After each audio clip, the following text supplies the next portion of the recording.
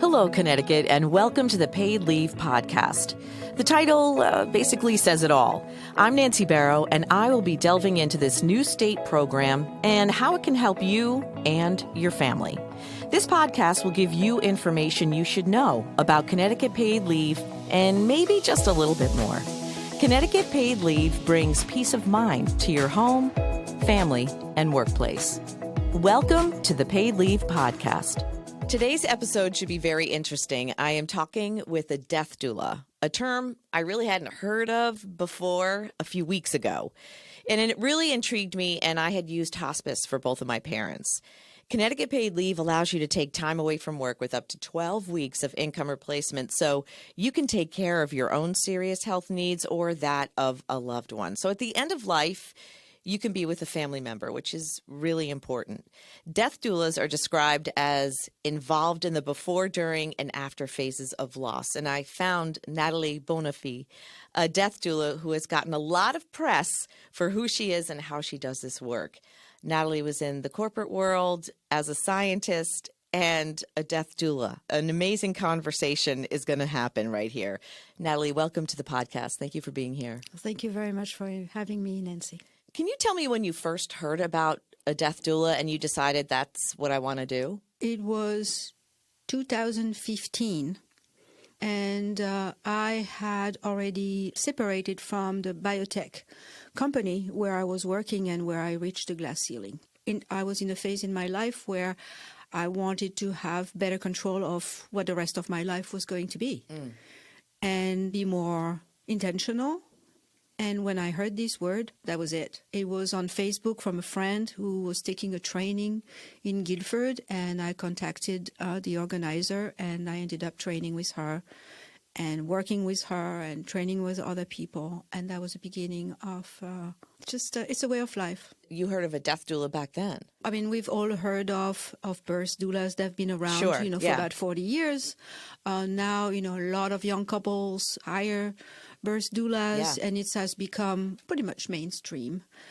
When it comes to end of life, this is very much the same idea of accompaniment or need for emotional and physical and spiritual during at the end of the spectrum. Yeah. Why did you choose that, though? Because I think that is so emotionally hard when you are in someone's very personal journey of death. What made you decide not to be a birth doula, but to be a death doula at the end of life? I was already a volunteer at Yale New Haven Hospital with people over 65 who needed some support there. And I don't know, there is something about the elderly that, we think about the elderly, but people, I would say, in vulnerability. I was working on cancer research too. Oh, there you so go. I've always been, that sort of empath, but it concretized when I started become a volunteer. Also joining in the conversation is the Hamden Democratic Legislative at Large. And one of Nathalie's clients, Laurie Sweet, whose mom was dying, she used Nathalie's services to help her navigate the difficulty of losing her mom, which I can totally understand. Thank you so much for being on the podcast. Oh, it's my pleasure. Thank you for having me, Nancy. And thanks for talking about losing your mom. It's a very hard thing to talk about. So tell me how you and Nathalie met. How did this combination come to fruition? The interesting thing is you were a birth doula, so you may have been a little bit more open to the whole death doula situation. So tell me a little bit about how you guys met. Yeah, so several years ago, there was an open call for people in caring professions, and it was a commission piece for citywide open studios. And I met Nathalie, met everybody on day one. And at the age, I was in my mid to late 30s, worked really hard to avoid her. Yeah. Because I thought maybe it was contagious or death would, come and visit me if we got close.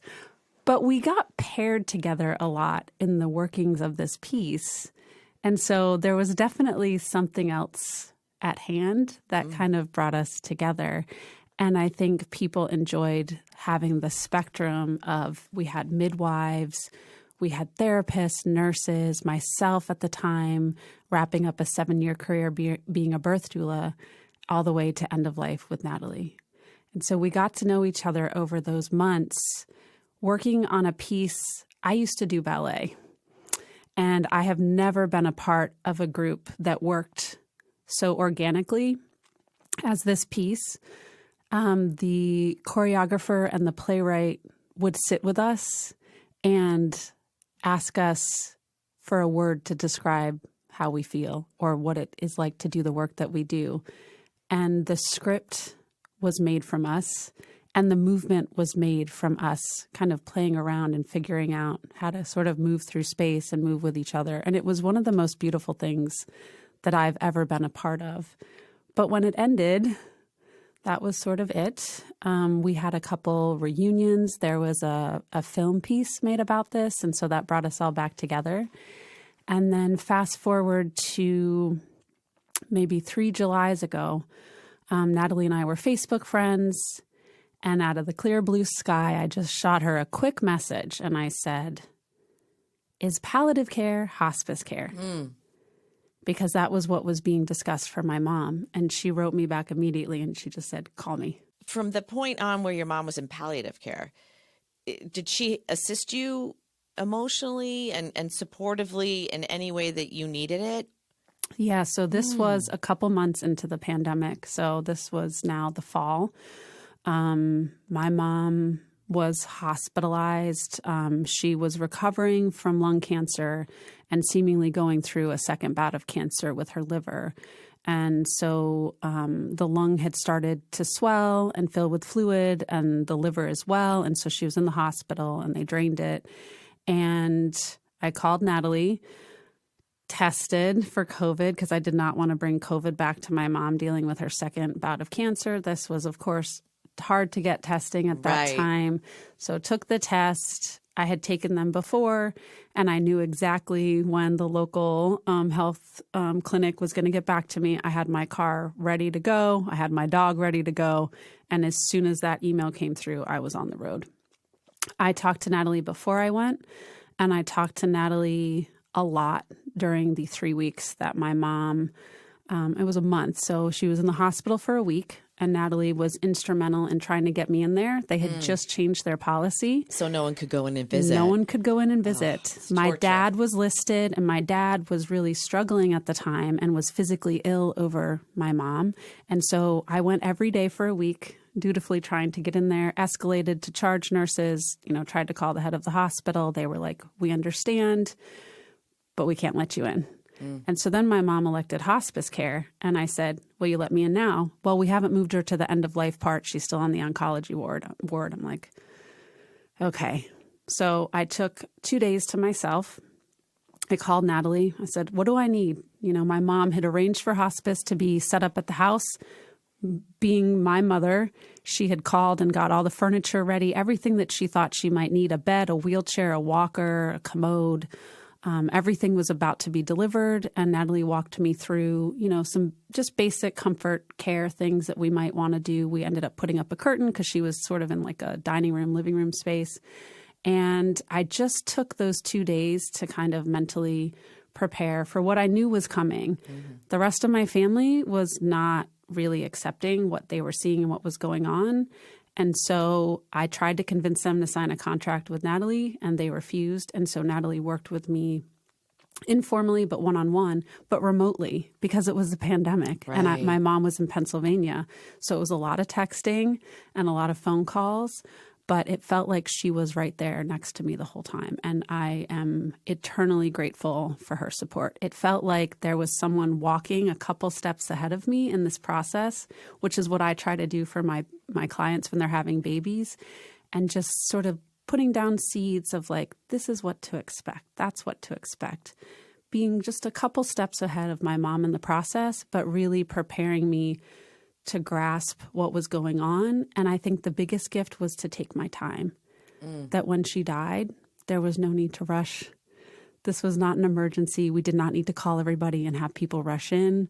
She guided me through giving her a bath, playing soft music, dimming the lights, and it made a very difficult experience really sort of precious and memorable in a positive way, if that's possible. Yeah. It was her guidance that really helped me navigate those very, very difficult moments with some information and some comfort and just care. She cared.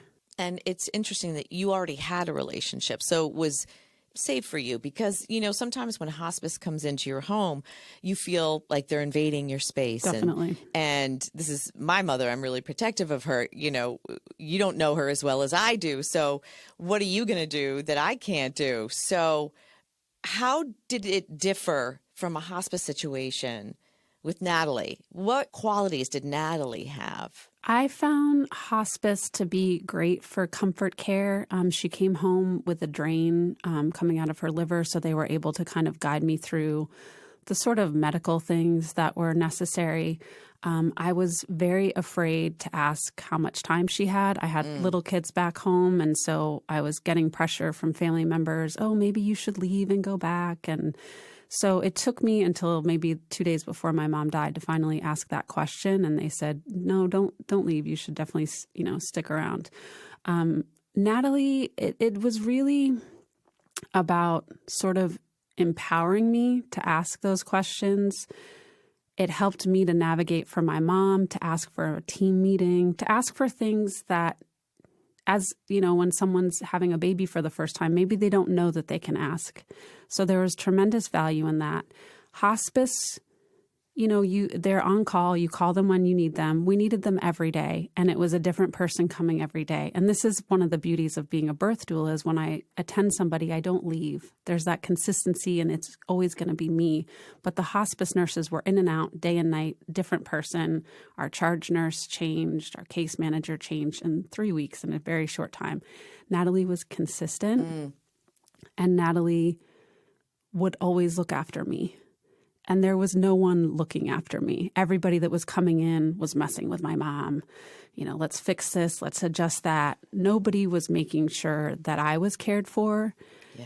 And she built me up in a way that I was basically doing overnight care for my mom, sleeping a couple hours during the day, and then dealing with whatever perceived emergency was popping up. But if it weren't for her, I don't know that I could have done that. I went into the situation, I didn't know. Usually it's 6 months to a year is the prognosis when people are in hospice.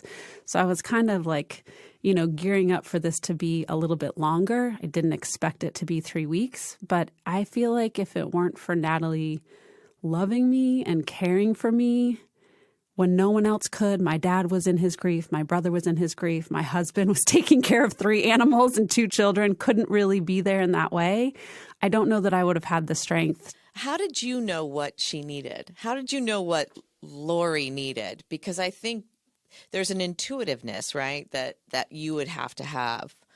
And is it easy for you to read the room, so to speak? Well, I think that's why I do what I do, because I'm able to combine and the analytical, which I'm used to from my, training and experience in biomedical research for 25 years. But also the reason why I ended up leaving that space is that I wanted to be kind. And there was that part of me that I could not fully express. The competition is very good, but the kindness I was missing, it is because of who I am. So being empathetic, but also setting boundaries. I think this is a milieu where I really excel because I can see the details.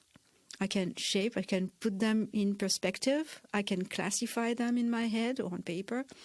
And I can also touch the soul of the person and it's a very intimate. And I think that's what I was missing. It's intimacy while not being intrusive. And it's just very deep and it complements everything that I do. I think when people hear death doula, it's almost alarming, for the average human being to talk about death. I know that when you're in a situation when a parent is dying or someone that you love is dying, you will come into play. But you also offer different services. Yes, I personally, you'll see as many death doulas as they are, their services generally complement, who they are as people. Personally, I think I'm finding myself in a space before death, before and during. And also after, in terms of, support, grief support, the doula way, not the therapeutic way. So it's very complementary to what psychologists, do, social workers would do. Do you work in tandem with hospice? Oh, I can, yes. Yeah. I've been a volunteer I had been a volunteer for 5 years with hospice. Right. So I work very well with them. And you can see that they are bringing, at the time when I started in 2016, I was probably the first doula there. And I was just a hospice volunteer with the hospice rules. But the things are evolving now. They are more integrated, still as volunteers, but a little bit more doula type. I totally work hand on hand with nurses and social workers, essentially.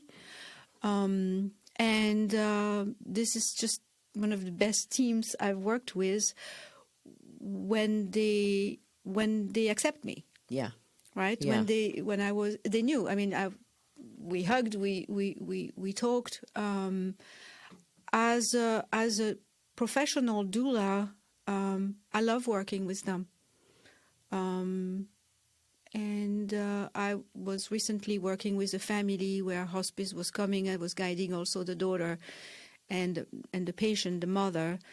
But I was just complimenting. I was just there to compliment, but I would never overstep, their boundaries. They're very good at what they do, and they're not going to feed the family.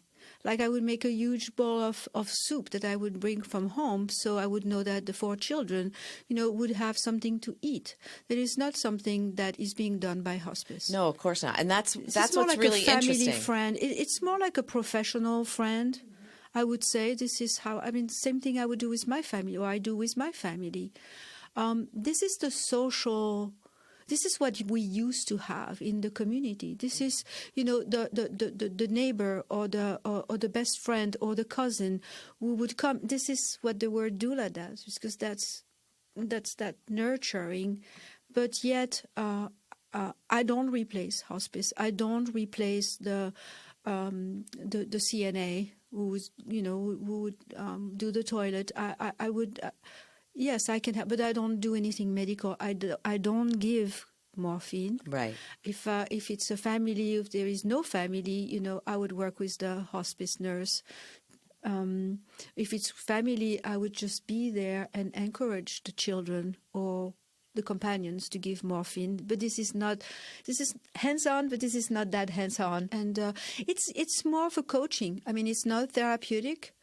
And I tend to work with women more. Because they're probably more open to it, especially because if they're open to birth doulas. Exactly. I see younger men contacting me for their parents. The older generations have a harder time as men. But I think it's coming. I think the next generation, Laurie's generation is getting open to it. And it's fabulous because they say, oh, yeah, my wife had a birth doula. We had a birth doula. Our family had a birth doula. And I'd like to, offer that whether the parents, want that or not. But at least I'm seeing some changes. And when do you start to get your death plan? Like, when do you talk about that? Laurie, now that you had Nathalie aiding you with the whole process with your mother, do you feel that you were thinking about your own death and how you wanted to see that go? And did you talk to Nathalie about that? Definitely. So in terms of hiring, I would say the same about hiring when you're pregnant as soon as possible, because I believe your contract is just for whatever time people need you. And having been a birth doula, you're sort of on call, right? So those phone calls, I didn't call you in the middle of the night, but I know I could have. Yeah, but we don't know about death. Right. We know for birth plan. that it's true. It's supposed to be, Yeah. there is how how long Yeah. how long are you, and But you as kind soon of as have an I feel idea. like as soon as you have a sort of diagnosis, or if you know that someone's going to be terminal, bringing in a death doula can be very helpful. So my mom died when I was 40, and I actually hired Nathalie right after that to get the ball rolling on what I would want. And I think just making that call to her, making that request felt like a Herculean effort. So the first meeting was, very chill, and here's some documents. But I think if we didn't have the next 2 sessions scheduled, I probably wouldn't have done the work because it was so uncomfortable. But she's like, okay, I'm going to give you 3 weeks. And if you don't do it, it's okay. But I'd love for you to come back to me with these documents that you've discussed with your husband, and then we're going to talk about them. And in that frame of mind of grief, I was trying to think, what would I want different for myself when I'm dying? What do I want to leave for my children? Nathalie and I talked a lot about legacy. Like, what is it that you want to be remembered for, right? We have our tombstones, it's our birth date and our death date, but it's that in between. What is it that you want to do with your life? What do you want to teach your children? It became this huge conversation that got beyond a living will. But we did also do a living will down to music, what I want done with my body. I want to be a tree. I know that that's not legal yet in Connecticut. I hope when that's my time that could be something. I've had that conversation with my dad and my brother and my husband, and it's brought me a tremendous amount of peace. But if we didn't have that relationship and that trust, I don't think I would have had the comfort to really dig deep into what is just, fresh and raw and painful coming out of having helped my mom, and without any sort of directives, just hoping we were getting it right, getting the spirit right, getting the music right, getting the funeral right, getting the guests right. It was a pandemic, so we had to limit the number of people who could be there, that kind of stuff. But it got me thinking, what is it that I want? And I reached out to Nathalie, and we were able to complete that, and it felt really good. Now it's taken me 2 years to have that conversation with my dad, but now we're talking about what he would want. What do you value, Dad? Do you want to be at home? Do you want extraordinary measures? And I come to find out he has a living will. So it's open conversations that It takes time. it takes time. It takes time. That's why the earliest we have the conversation, the more, joyful the process of living and planning and legacy becomes. So, Laurie, what surprised you during that really rough time with watching your mom in leaving? Yeah, so my mom asked me several times, what is it going to be like? And I said, well, Mom, if you were having a baby, I could definitely tell you what I think it's going to be like. But I don't know because I've never died before. But let me call my friend and get back to you. So I called Nathalie, and she said, well, what are her goals? What did she tell hospice her goals were? I said, she wants to be pain-free. And so she said, you tell her that it's going to be pain-free, and you're going to make sure of that. And you tell her that you're going to be with her, and that you're not going to leave her side, and that you love her, and it's going to be okay, and we're all going to be okay. And Nathalie helped us have those conversations. I mean, my mom was hanging on because she needed my dad to tell her it was okay to go. And Nathalie helped us facilitate that conversation. And my dad resisted, and he said, I'm not going to be okay. And I was like, nope, back that train back up. You're going to be okay. I'm going to make sure you're okay. But she really needs to hear this. We had a priest come in. We did last rites. This was all Nathalie's advice. What would your mom want? Because at that point, she wasn't really consciously with us. So it was I think the strangest thing or most surprising thing was just sort of the role reversal, where my mom was looking for me for advice and direction, and I felt very powerless. But after I talked to Nathalie, there were things that were in my control that I could definitively say, these are things that are going to happen for you. And also reassure her. She was telling me she was seeing her brother. She was seeing her favorite dog who had passed. Her brother had also passed. And Nathalie said, you acknowledge those. You're not going to fight her and say she isn't seeing those things. You say, yep. What do they look like? What are they saying to you? And having this person be there, not even physically, just by phone, just gave me so much peace around the process as it was unfolding. And it gave me the ability, as Nathalie was saying, for me to be present with my mom. I didn't want to lie, right? You don't want to lie to someone who's dying. So I gave her promises that I knew that I could keep. Mm-hmm.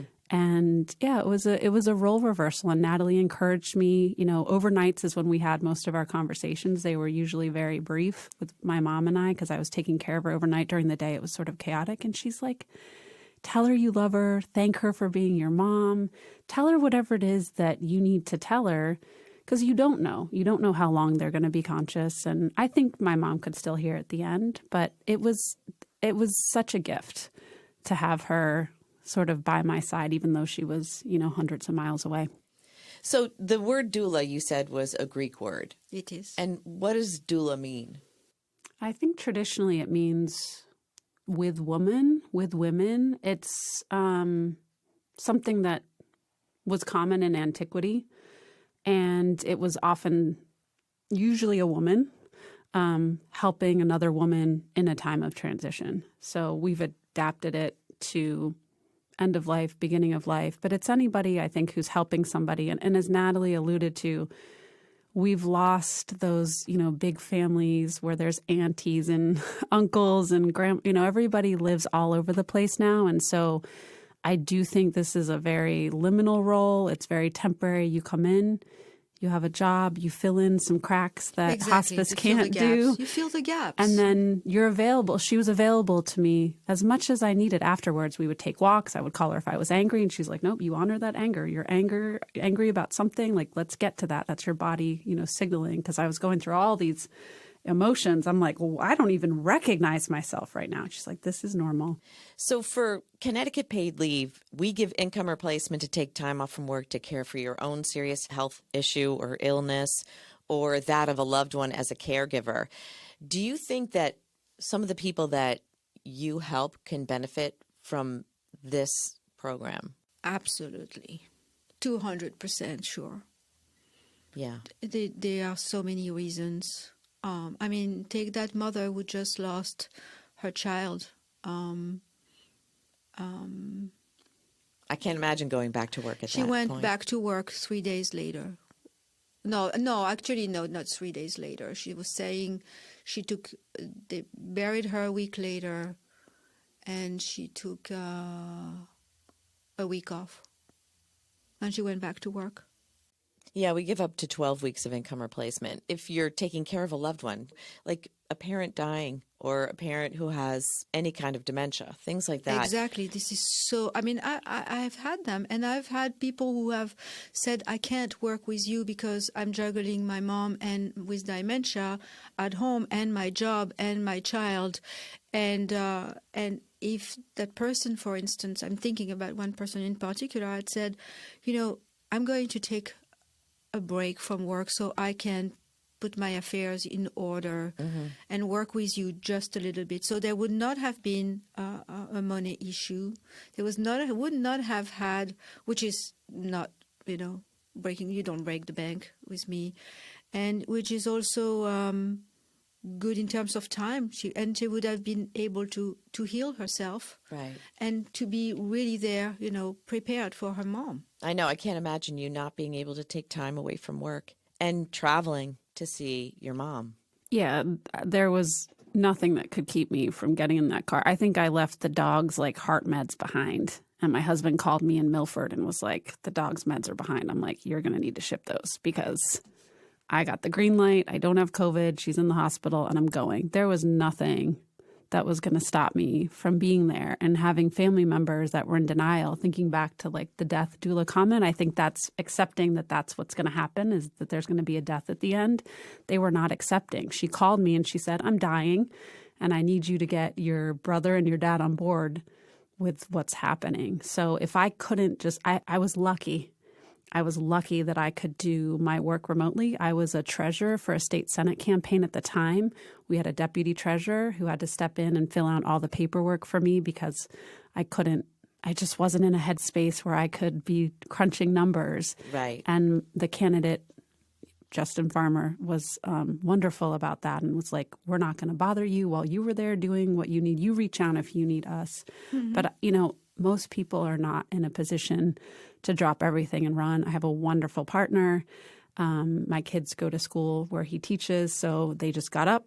They went and did their thing, came home. I came home. The house was a disaster. There were Legos everywhere. But hey, everybody lived and survived. And so it took us a couple months to do that. But we were in survival mode. And something like paid leave, it's just a tremendous benefit for people to have those 12 weeks where they are not stressing about getting to their job. I mean, let's be honest. I wasn't thinking about all my different commitments when I was in Pennsylvania. Yeah. And it was a luxury to be able to focus on her during that time. And you don't have to take the 12 weeks all at once. There's intermittent leave and reduced schedule leave, so you can actually work like half a day if you live closer. This is so wonderful. We do not need more financial stress. You shouldn't worry about your job when you are there with your mother for a precious 3 weeks, seeing to her and tending to her very serious illness and her end of life. And so I feel like it's a compassionate bill that our Governor Ned Lamont signed in 2019. So, yeah. I was actually talking to my niece who is in social services in France. And she said, oh, yeah, we've had that. I said, yes, I know. This is such a privilege, to be able to have it in this state. You don't realize how good you've had it in France. Well, it's true. We don't have a national program yet. We're working on that. Yeah, but this is wonderful. It's here, and let's make sure that people know about it. It's fairly new. But I do think it can help people, like in Laurie's situation. Absolutely. And if they don't have a really good boss, or if they have 3 part-time jobs, a person with breast cancer. That's or right. I don't necessarily work. It could be prostate. It could be anything going through, really a difficult time. And they need to heal before going back into the workforce. Sure. And that's possible now. And it's really great. Nathalie, if someone wants to talk to you, how can they get in touch with you? Oh, they can just Google me or Bing me. Nathalie Bonafe. The name of my end-of-life business is gentlerparting.com. gentlerparting.com. Yes. I also, if they Google me, they also find my menopause support website. But the number and the number is the same. Okay. So they can just call me or connect with me either way. And Laurie, you're just amazing, and you're in politics. So if people want to get a hold of you, you're pretty easy to find. I'm very easy to find. If you go to Hamden.com and you go to the Legislative Council page, you'll find my name. I'm one of the at-large reps. So you can give me a call or send me an email. I'd be happy to talk to anybody about this or other topics. That's awesome. I want to thank Nathalie Bonafe and Laurie Sweet for joining me today on this very interesting podcast. Thank you for educating me and subscribers about your work. I think it was really wonderful. Thank you so much both for coming on to this podcast. Thank you very much for the invite, Nancy. Thank you. To find out more or to apply for benefits, go to ctpaidleave.org. This has been another edition of the Paid Leave Podcast. Please like and subscribe so you'll be notified about new podcasts that become available. Connecticut Paid Leave is a public act with a personal purpose. I'm Nancy Barrow, and thanks for listening.